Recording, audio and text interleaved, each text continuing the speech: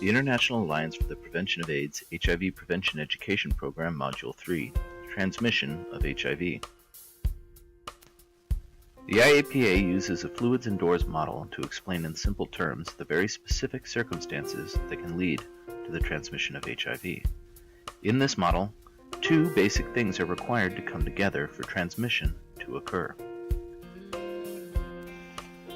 Basically, one or more of 5 specific bodily fluids from someone that is living with HIV, that is, they are HIV positive, must come into contact with one of the 4 doors of someone who is either HIV positive or HIV negative. When we talk about HIV positive or negative, we are referring to a person's HIV status. The only way to know a status is to get tested. Unfortunately, 1 in 8 people living with HIV aren't aware of their status. In order to prevent the spread of HIV, it is important that we all know our status, that we all get tested. So what are the 5 fluids? They are bodily fluids that contain large amounts of immune cells that can be infected with HIV and can in turn carry infection to others. The list includes blood, semen, pre-ejaculate, vaginal and rectal fluids, and breast milk. Fluids like saliva, urine, mucus, tears, sweat, feces, or even CSF either don't contain enough immune cells to be considered risks, or it is extremely unlikely that they will ever come into contact with the door. Pre-ejaculate and semen are listed separately because they are distinctly different fluids. Pre-ejaculate is most often discharged before and during sex. It contains lubricants and immune cells, while semen is discharged at the end of sex, and it contains mainly sperm, but also lubricant and immune cells to help them in their mission. So remember, the only 5 fluids that we need to concern ourselves about for HIV transmission are blood, semen, pre-ejaculate, vaginal and rectal fluids, and breast milk. So now for the 4 doors. These are 4 specific areas or openings of the body that contain large amounts of immune cells that can allow HIV to enter the body. The list consists of open wounds, the vagina, the anus, and the tip of the penis. Not among the doors are the nose, ears, eyes, pores, or mouth. Over most of the body, the skin is actually a very effective barrier that prevents infection and only allows infection when there is an open wound.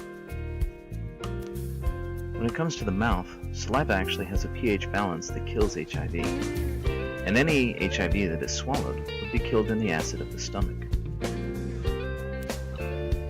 So let's recap the doors involved in HIV transmission: open wounds, vagina, the anus, and the tip of the penis. Only when one of the 5 fluids comes into contact with one of the 4 doors can HIV be transmitted. HIV cannot be transmitted through casual contact such as hugging, kissing, holding hands, or sharing food. So how exactly do the fluids come into contact with the doors? Well, there are only 3 specific situations that we consider to be significant risks of HIV transmission. The first is sexual transmission. Over 90% of HIV is transmitted through unprotected sex.